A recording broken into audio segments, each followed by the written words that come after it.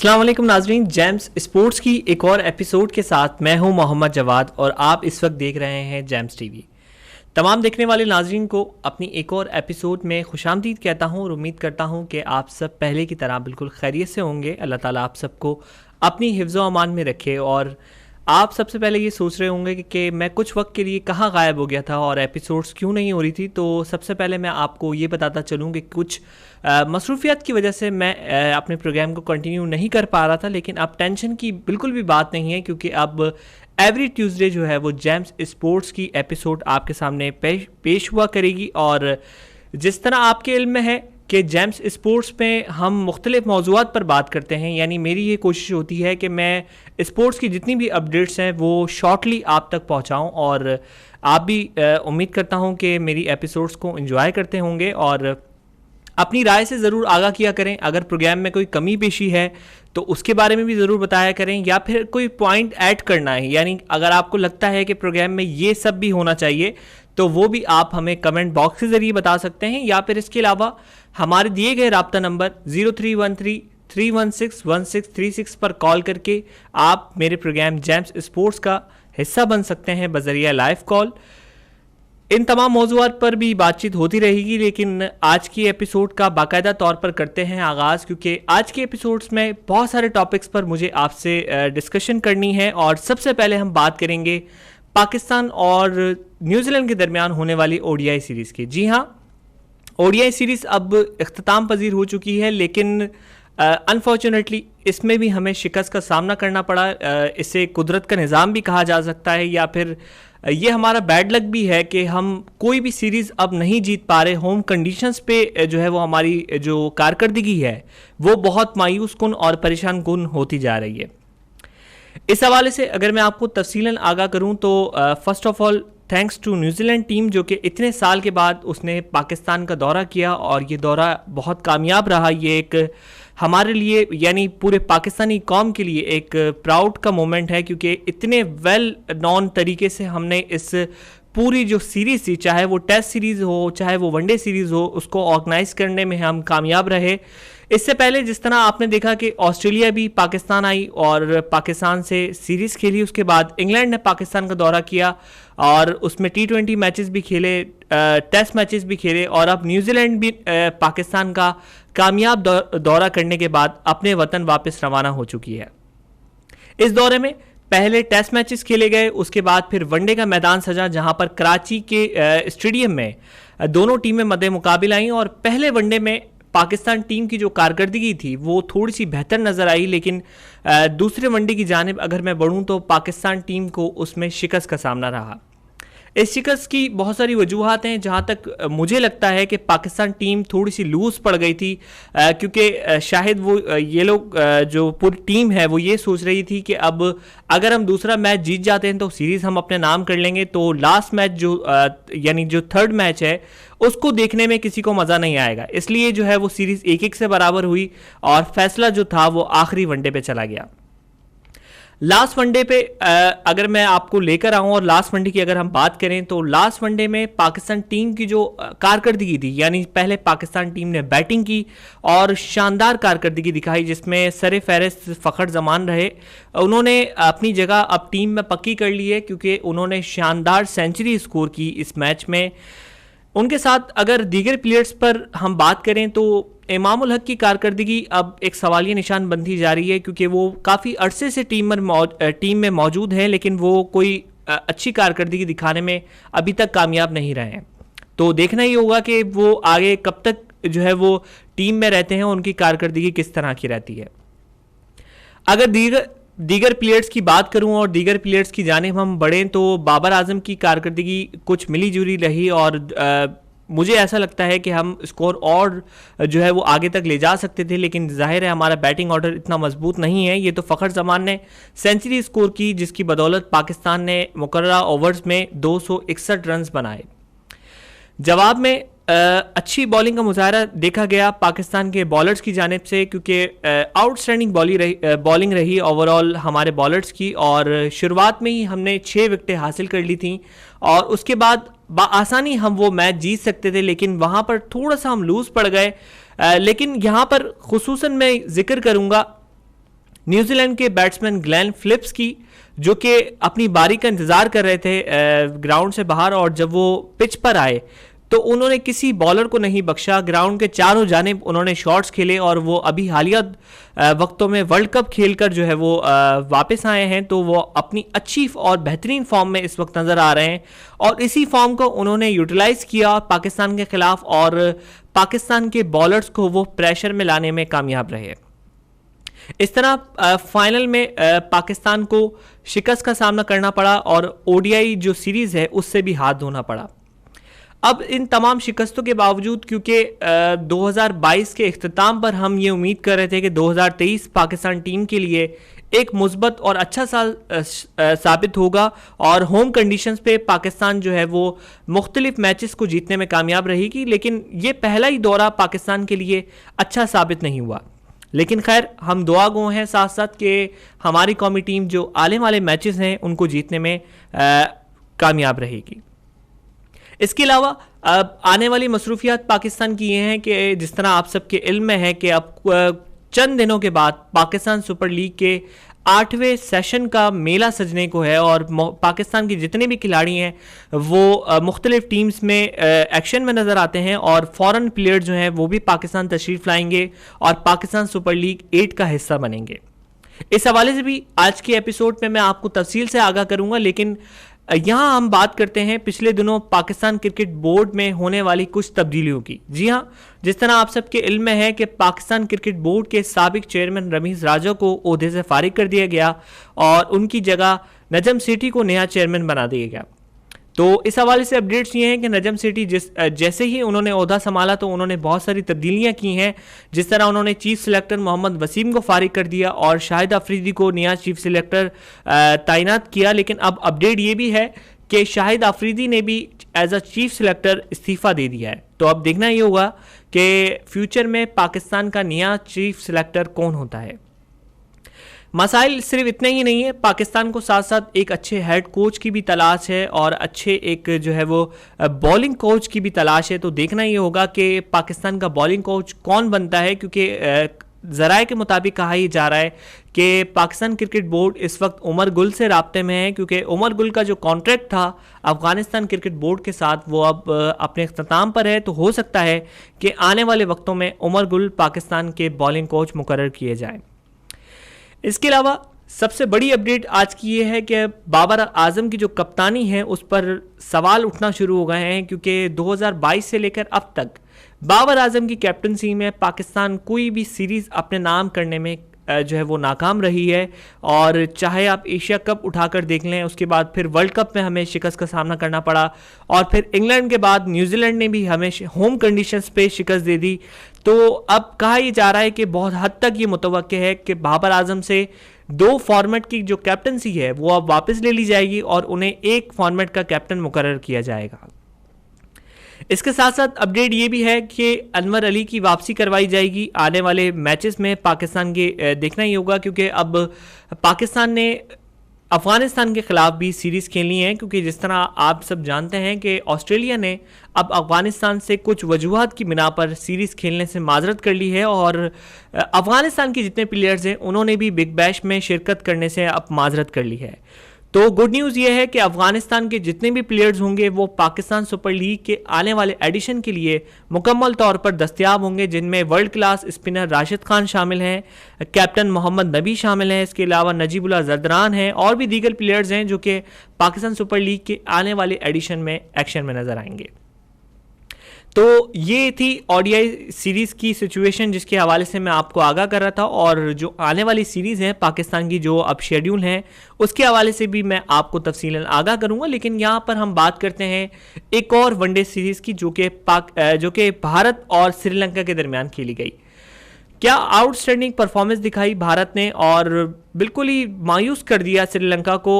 यकीन करें कि मुझे अभी तक यकीन नहीं हो रहा इस बात पे कि कोई टीम ओडीआई में 73 रन्स पर किस तरह आउट हो सकती है। और ये यकीनन भारत का ही काम है, क्योंकि भारत ने एक पहाड़ जैसा टारगेट दिया श्रीलंका को आखिरी वनडे में।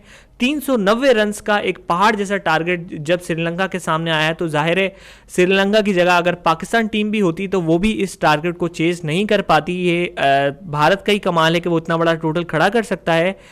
इस इनिंग्स में विराट कोहली जो कि वर्ल्ड क्लास प्लेयर हैं और मुसलसल इन फॉर्म नजर आ रहे हैं, उन्होंने 161 रन्स की शानदार इनिंग्स खेली और उन्होंने ग्राउंड के चारों जानिब शॉट्स लगाए और बाकी दीगर प्लेयर्स भी अच्छा परफॉर्म उन्होंने किया। इस पूरी टीम की जो कॉम्बिनेशन थी वो ओवरऑल अच्छी नज़र आई, जिसके बाद जो मजमूई स्कोर था भारत का वो 50 ओवर्स में 390 रन्स था। जवाब में जब श्रीलंका ने बैटिंग की तो श्रीलंका की पूरी टीम 73 रन्स पर ऑल आउट हो गई। तो ओडीआई में इतने बड़े मार्जिन से यानी तकरीबन 300 प्लस के यानी 350 प्लस के मार्जिन से जीतना भारत के लिए यकीनी तौर पर एक एजाज़ की बात है और ये मेरे ख्याल में एक वर्ल्ड रिकॉर्ड भी बन चुका है, क्योंकि अभी तक कोई भी टीम इतना बड़ा टारगेट बनाने में नाकाम रही है। तो भारत के लिए ये एक और एजाज़ है कि भारत इतने बड़े मार्जिन से श्रीलंका को शिकस्त देने में कामयाब रही है। इसके अलावा पाकिस्तान टीम की बात हो रही है, तो अब पाकिस्तान टीम ने आईसीसी मेंस वर्ल्ड कप भी खेलना है पीएसएल के बाद, तो उसके लिए भी कहा यह जा रहा है कि कुछ तब्दीलियां जो है वो मुतवक्के हैं कौमी टीम में और बहुत ज़रूरी है, क्योंकि शिकस्त का जो सिलसिला है वो अब थम नहीं रहा है और शायकीन क्रिकेट खासे गमो गुस्से में है, क्योंकि वो बहुत उम्मीदें लगाए हुए होते हैं कि पाकिस्तान टीम जब भी मैदान में उतरे तो वो अच्छी तरह कम बैक करे। इस हवाले से भी आने वाली जो एपिसोड्स होंगी उसमें आपसे गुफ्तगू होगी, लेकिन यहाँ वक्त हुआ है एक शॉर्ट ब्रेक का। ब्रेक के बाद पाकिस्तान सुपर लीग के 8वें एडिशन पर बात होगी। आप कहीं मत जाइएगा, यूं ही हमारे साथ जुड़े रहिए और देखते रहिए James TV.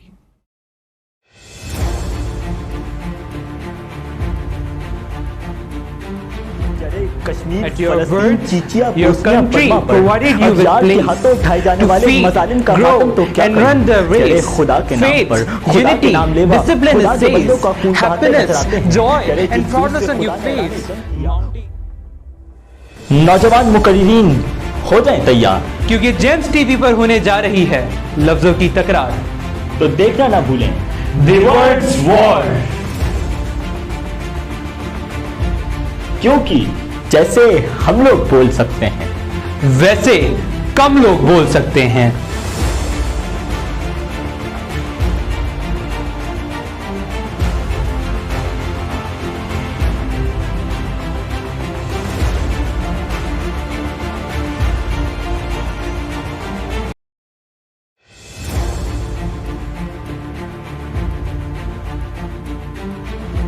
Kashmir, At your फलस्तीन, word, चीचिया, your Bosnia, country Burma पर provided you with अफजाद के planes हाथों उठाए जाने to वाले feed, मजालिम का grow, मातम तो क्या and run the करें। race, खुदा के नाम faith, पर, खुदा के unity, नाम लेवा, discipline खुदा and के बंदों का खून faith, बहाते नजर happiness, आते हैं। joy and proudness on your face। नौजवान मुकर्रीरीन हो जाएं तैयार, क्योंकि जेम्स टीवी पर होने जा रही है लफ्जों की तकरार। तो देखना ना भूलें the words war. Welcome back after a short break. और ब्रेक से पहले जिस तरह मैंने आप सबसे कहा था कि ब्रेक के बाद हम बात करेंगे पाकिस्तान सुपर लीग के 8वें एडिशन के हवाले से, तो पाकिस्तान सुपर लीग के फैंस अब तैयार हो जाएं, क्योंकि अब चंद दिनों का ही फासला रह गया है, इवेंट का बाकायदा तौर पर आगाज़ होने वाला है। और इस हवाले से मैं आपको ये अपडेट देता चलूँ कि अब नए चेयरमैन नजम सिटी के नए चेयरमैन पाकिस्तान क्रिकेट बोर्ड नजम सिटी ने यह फैसला किया है कि पाकिस्तान सुपर लीग का जो आगाज़ है वो मुल्तान के बजाय कराची से करवाया जाएगा। तो कराची के फैंस अब तैयार हो जाएं, क्योंकि पाकिस्तान सुपर लीग का रंगारंग मेला कराची से शुरू होगा और इब्तदाई मैच भी कराची स्टेडियम में खेला जाएगा।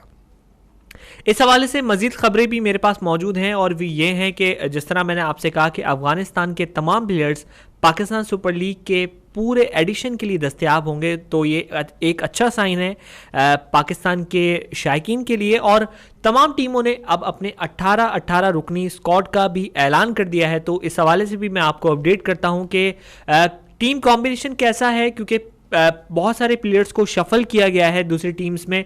तो आइए देखते हैं कि कौन सा प्लेयर कौन सी टीम में इस वक्त मौजूद है।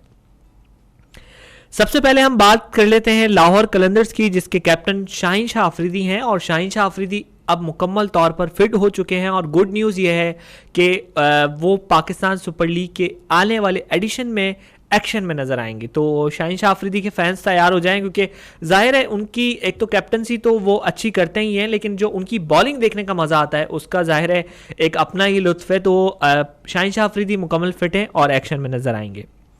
इसके अलावा राशिद खान, जिस तरह मैंने आपको बताया, अफगानिस्तान के मायनाज स्पिनर हैं और वर्ल्ड क्लास स्पिनर्स में इनका शुमार किया जाता है, तो ये भी लाहौर कलंदर्स का हिस्सा है। इसके अलावा फ़खर जमान, जिन्होंने हालिया दौर में न्यूजीलैंड के खिलाफ शानदार सेंचुरी जड़कर उन्होंने अपनी फॉर्म का सबको अंदाज़ा दिला दिया है, वो भी लाहौर कलंदर्स का हिस्सा है। इसके अलावा पाकिस्तान के सबसे main fast bowler Haris Rauf भी इस स्क्वाड का हिस्सा हैं। डेविड वीसे, जो कि हर बार ही पाकिस्तान सुपर लीग के जो एडिशन में शामिल होते हैं।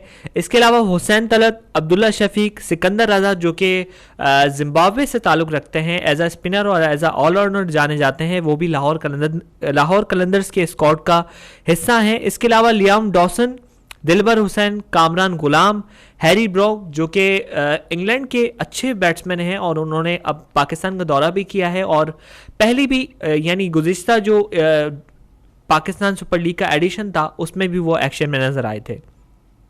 इसके अलावा मिर्ज़ा ताहिर बेग, अहमद दानियाल, जमान खान, शावेज इरफान और जॉर्डन और जलत खान भी अफगानिस्तान से ताल्लुक़ रखते हैं और वो भी लाहौर कलंदर्स की जानिब से एक्शन में नजर आएंगे।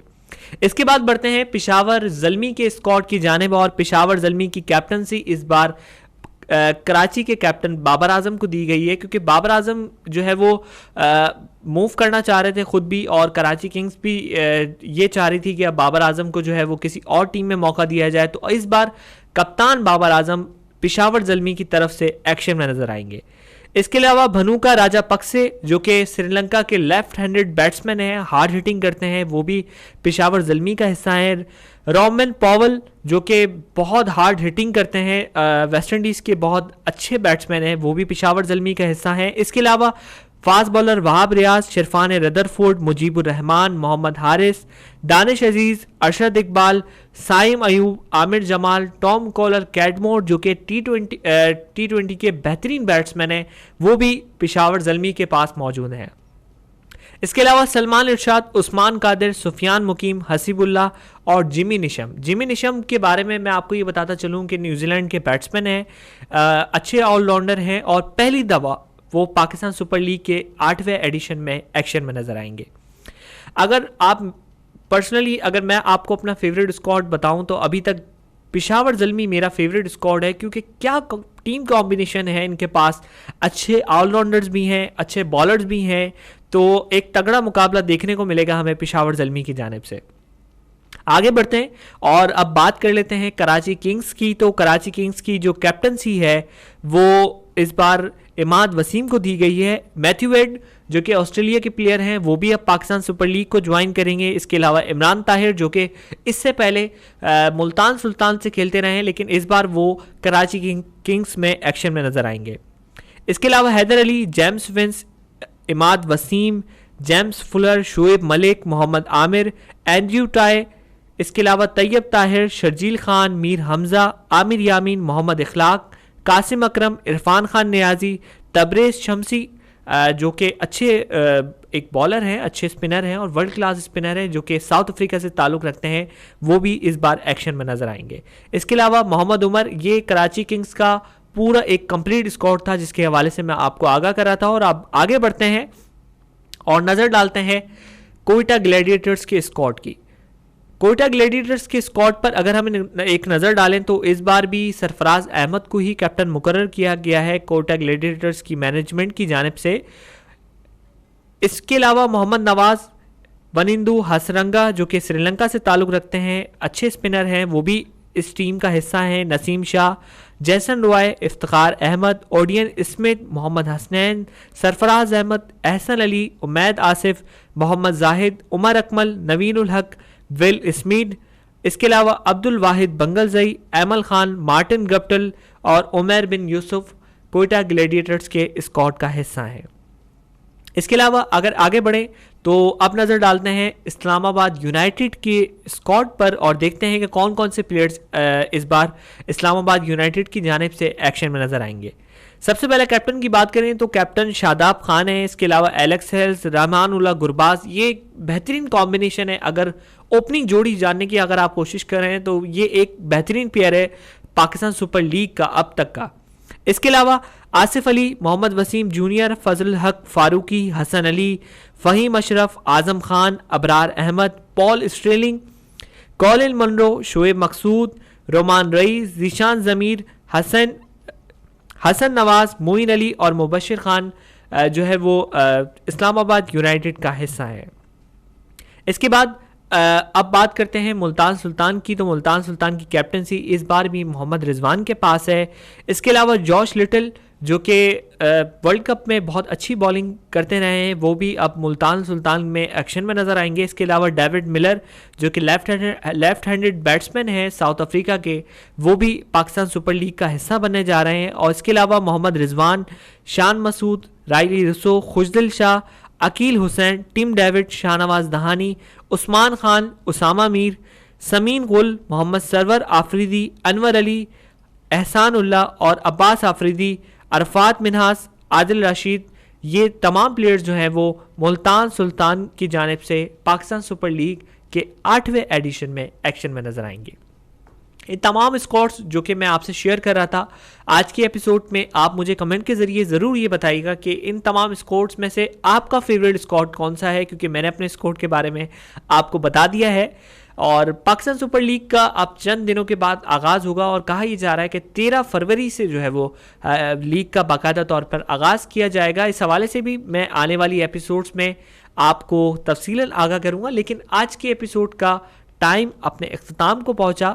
इंशाल्लाह नेक्स्ट ट्यूसडे को कुछ मज़ीद दिलचस्प खबरों के साथ आपसे होगी मुलाकात।